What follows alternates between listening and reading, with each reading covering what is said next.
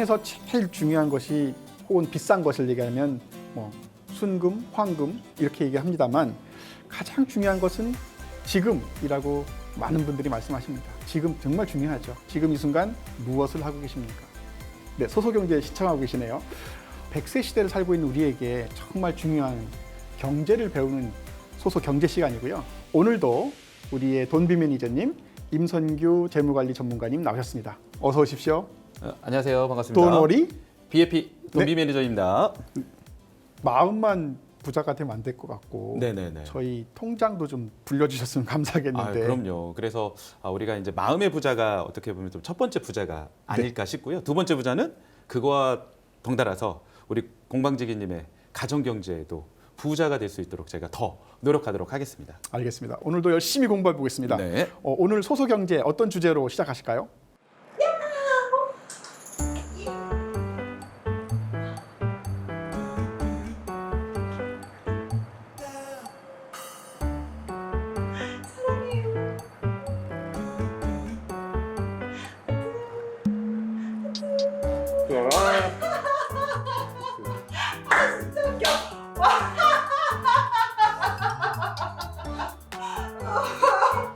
어떻게 너무 슬퍼.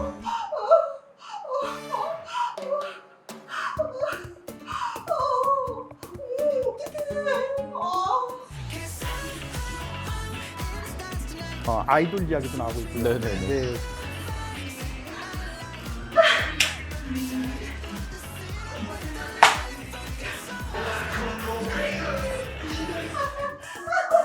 네, 국민 예능 이야기도 좀 나오거든요.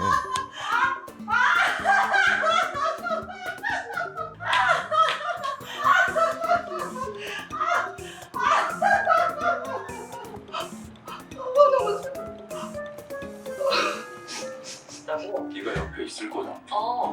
아주 행복해. 잘 보자. 많은 분들이 좋아하시는 배우들도 국민 국민대.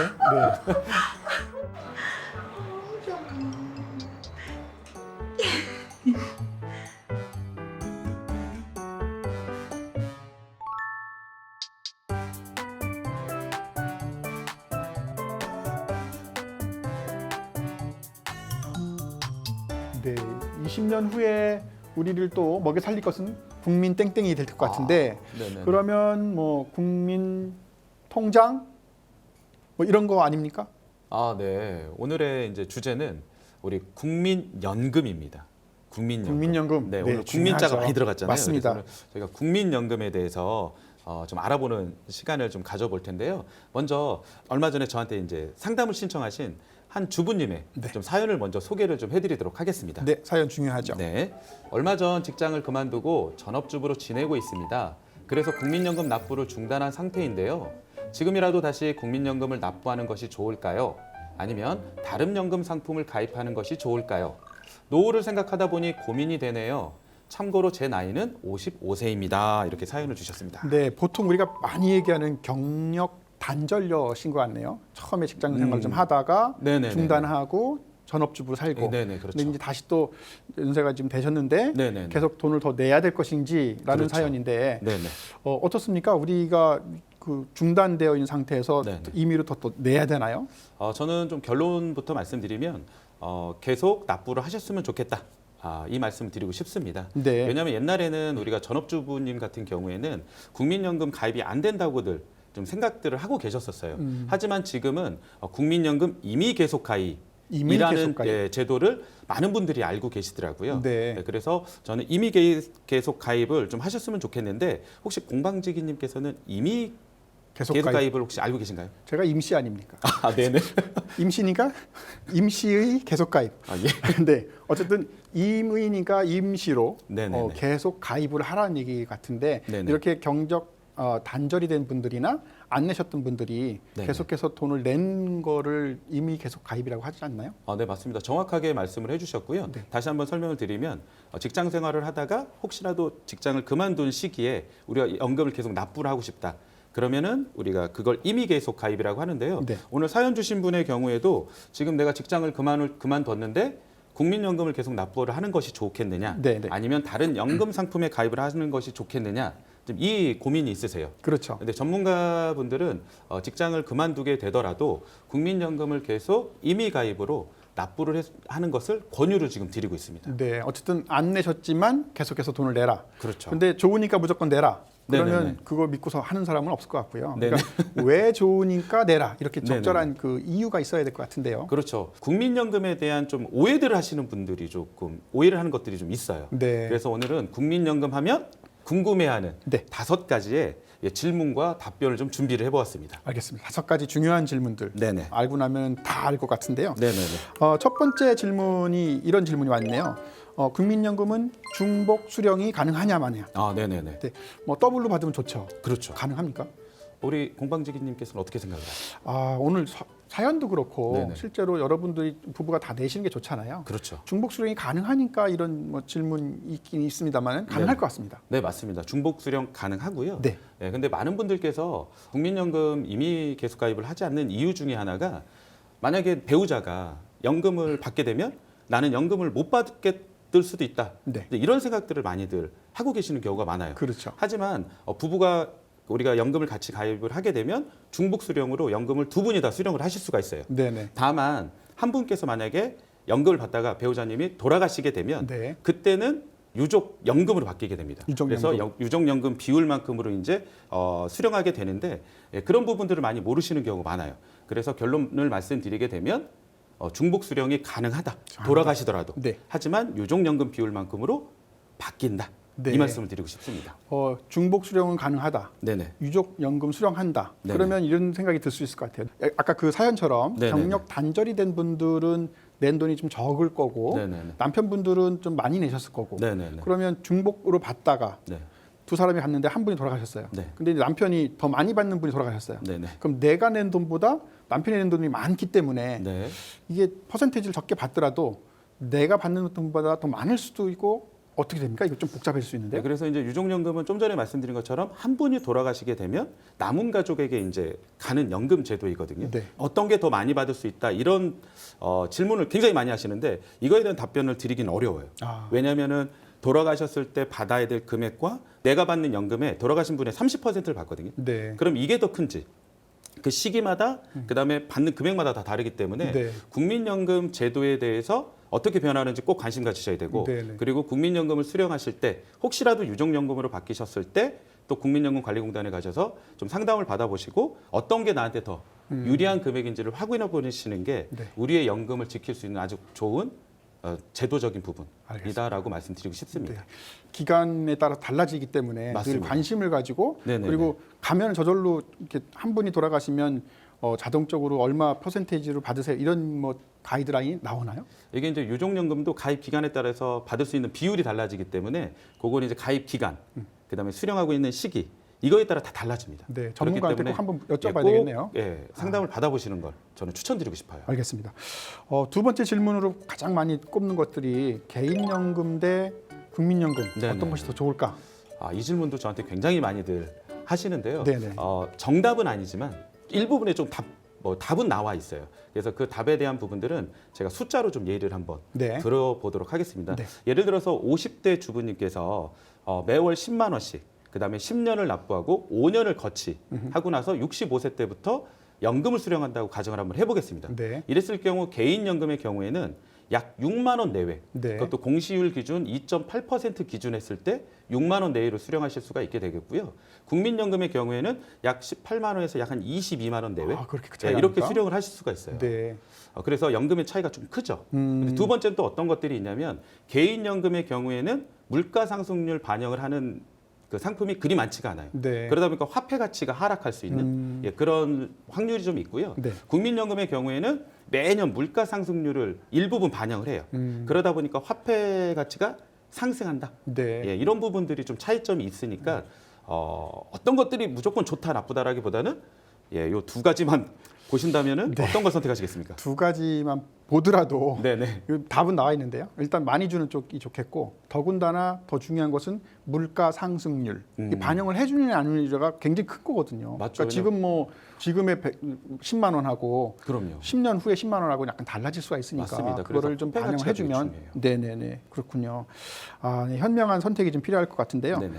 또 다른 이제 그 국민들이 많이 갖고 계시는 질문 혹은 우려가 네네. 이게 고갈이 된다 만다 이런 얘기가 참 많거든요. 네네. 왜냐하면 지금 58년부터 개띠 퇴직하신 분들 63년까지 가장 많았던 이제 인구분이 나가시면 그분들이 과거에는 그분들 두 분이 한 분의 노인들을 이렇게 지탱했지만 이분들이 나가서 다 빼가면 네네네. 지금 젊은 사람들은 한 명이 두 분을 하는 아주 역순환이 되기 때문에 네네. 고갈될 수 있다. 뭐 이런 네네. 뭐 단순한 계산법도 있던데 네네. 정말로 고갈이 될 것 같습니까? 아마 이런 얘기 지금 방송에서 들으시면 굉장히 또 불안해하실 것 같아요. 맞아요. 그죠? 네네. 우리 공방지기님이 생각하시기에는 어떻게 될 것 같으세요?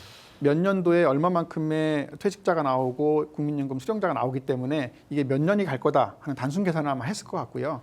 모자란 경우는 우리나라가 점점 이게 부강이 하게 되니까 다른 어떤 세수에서 좀 뭐 메꾼다 이런 것도 좀 생각이 좀 될 것 같은데요. 고갈이 될 가능성은 있겠죠. 하지만 제일 중요한 게 기금이 얼마인지가 굉장히 중요할 것 같아요. 혹시 네네. 국민연금의 기금이 얼마 정도 될 것으로 예상하세요? 총액이요? 네네. 그럴 줄 알고 제가 공부해왔습니다. 아 공부해 보시면 안 돼요. 작년 기준으로 약 900조 정도가 남아 있다고 들었어요. 근데 그거는 이제 그 적립금 현재 적립금이 약 915조 정도 남아 있는데요. 원래 조성된 금액은 약 1,200조예요. 그 중에서 지출된 게 약 한 200조, 240조 정도 되니까 915조 정도 되는데요. 이 금액은 세계 연기금 중에 세 손가락에 안에 들어갈 정도로 엄청 큰 네. 규모입니다. 그래요? 솔직히 고갈될 수는 있을 수는 있으나 현재 사회를 살아가는 저희한테는 그럴 일이 없지 않을까라는 생각을 하고 있고요. 두 번째는 이 국민연금 같은 경우는 이제 사회복지보장제도예요. 이러다 보니까 연금 수령 시기를 뒤로 미루거나 아니면 연금을 내야 되는 금액에 대한 비율을 높여서 연금에 대한 고갈을 대처하지 않을까라는 생각을 하고 있습니다. 네, 일단은 규모가 좀 크고 그렇죠. 전 세계적으로도 우리가 좀 많은 편이라서 네네. 좀 안정된 상태다 이렇게 말씀을 드릴 수 있겠고 네네. 그렇다면 뭐 아까 그 사연처럼 네. 이미 계속 가입을 해야 되는지 말아야 되는지 그거에 대한 답을 좀 주셨으면 좋겠습니다. 그렇게 하셨으면 좋겠다라고 추천을 드리고 싶습니다. 네, 직장을 다니다가 아까 경력 단절료 말씀드렸는데 네네. 이렇게 초반기에 좀 내셨다가 계속 안 내셨던 분들 계시잖아요. 그러면 네네네. 그 기간이 매우 길어서 네네네. 나중에 뭐 계속 내시려고 하다 보면 돈 액수도 좀 커지고 네네네. 계속 가입을 해야 되나요? 일단은 국민연금의 경우에는 첫 가입이 굉장히 중요합니다. 네. 그래서 첫 가입을 해놓고 만약에 직장 생활을 하시다가 일을 그만두게 되면 이 납부를 계속 해야 되냐 말아야 되냐 이런 부분들이 좀 있고 그동안 못 낸 금액들 있죠. 네네네. 이 금액에 대해서도 내야 되냐 말아야 되나 이런 고민들을 하시는데 저는 내셨으면 좋겠다. 그 방법이 바로 추후 납부 제도라고 해요. 추후 납부. 못 낸 거에 대해서 나중에 낼 수 있는 제도를 추후 납부 제도. 좀 전에 말씀하신 것처럼 직장 생활하다가 그만두셨어요. 그리고 다시 직장 생활했거나 이미 계속 가입으로 돈을 낼 수도 있겠죠, 국민연금을. 그럼 요 못 냈었던 기간, 이 기간에 대한 부분들은 저는 추후 납부 제도를 활용해서 납부를 하셨으면 좋겠다. 추후 납부할 때도 그러면 내가 못 냈던 걸 다 낼 수 있는 방법도 있겠지만 뭐 내가 내고 싶은 만큼만 내도 상관은 없나요? 네, 우리가 그래서 국민연금 관리공단에 전화를 해보시면 내가 내야 될 금액이 있고 내야 될 개월수가 있어요. 그렇게 되면 말씀하신 것처럼 여력이 된다면 일시납으로 내셔도 되고 아니면 내가 조금 여력이 조금 안 되면 분할 납부 제도라는 게 있거든요. 네네네. 그 납부 제도를 활용해서 우리 국민연금을 추후 납부 제도를 활용하게 되면 납입 기간이 길어지게 되겠죠. 그 인정이 되기 때문에. 네. 그렇게 되면 우리가 수령해야 될 연금 연액도 높아지기 때문에 그렇죠. 네. 안정적인 노후 자금을 마련할 수 있는 또 좋은 제도다라고 말씀드리고 싶습니다. 근데 언젠가 신문을 봤더니 네네. 뭐 돈 많은 강남의 사모님들도 네네네. 이렇게 추후 납부를 하고 계신다. 네네. 이런 또 기사가 있더라고요. 또 하나 이제 궁금했던 것들이 아마 그 몇 살 정도에 가입을 하는 것이 좋을까? 오늘도 사실 우리 분장하면서 네, 맞아요. 스타일리스트님이 물어보셨잖아요. 맞아요. 이거 몇 살 정도에 하는 게 좋냐? 그렇죠. 나중에 좀 나이 들어서 하는 게 좋지 않냐? 이런 말씀하셨는데 몇 살이 좋겠습니까? 일단은 저는 이제 국민연금 가입 최소 가입 나이를 먼저 말씀드리고 싶어요. 만 18세 대한민국 국민이면 누구든 국민연금을 가입하실 수가 있어요. 네, 그래서 네. 국민연금은 언제 가입하는 게 좋냐 이 질문에 저는 답변은 지금. Right now. 근데 지금이 가장 빠르다. 네네. 빠른 시기다라고 말씀을 드리고 싶어요. 네네. 왜냐하면 시작을 해놓고 우리가 납입을 중단할 수도 있겠죠. 소득의 이제 단절이라든가 이런 부분들. 그리고 또 국민연금을 임의계속 가입이라든가 근로자가 되셔서 회사에서 내줄 수도 있겠죠. 네. 그럼 이 못 냈었던 기간에 대한 추후납부 제도를 활용할 수가 있기 때문에 네. 시작을 해놓으셔야지만 추후납부 제도를 활용할 수가 있어요. 네. 예, 그 첫 번째 말씀을 드리고 싶고, 두 번째는 자녀들의 경우에 만 18살이 넘으면 우리 가입이 가능한데 대부분 신경 안 쓰시잖아요. 맞아요. 가장 먼저 뭘 가입해 주시죠? 집 문제 해결해 주려고 하죠. 그렇죠. 청약저축. 네, 네. 예, 청약저축을 가장 먼저 가입을 해주는데 저는 청약저축도 굉장히 중요하고, 전 두 번째로 또 국민연금도 자녀들 이름으로 임의 계속 가입을 해주시게 된다면 자녀들이 나중에 경제적으로 독립해서 소득을 벌 때 본인들이 낼 수가 있겠죠. 그럼 그 기간 동안에 부모님이 내주신다라면 그 기간이 납입 기간이 길어지기 때문에 자녀들한테는 어떻게 보면 가장 좋은 선물, 가장 큰 자산이 될 수도 있어요.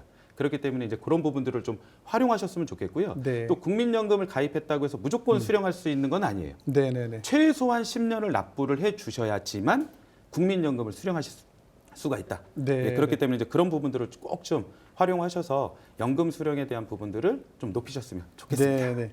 알겠습니다. 오늘 그 국민연금의 이모저모를 알아봤는데요. 네네네. 아마도 국민연금에 대해서 조금이라도 궁금한 점이 있으셨던 시청자 여러분께서는 많은 도움이 됐을 것 같습니다. 오늘 매우 감사드리고요.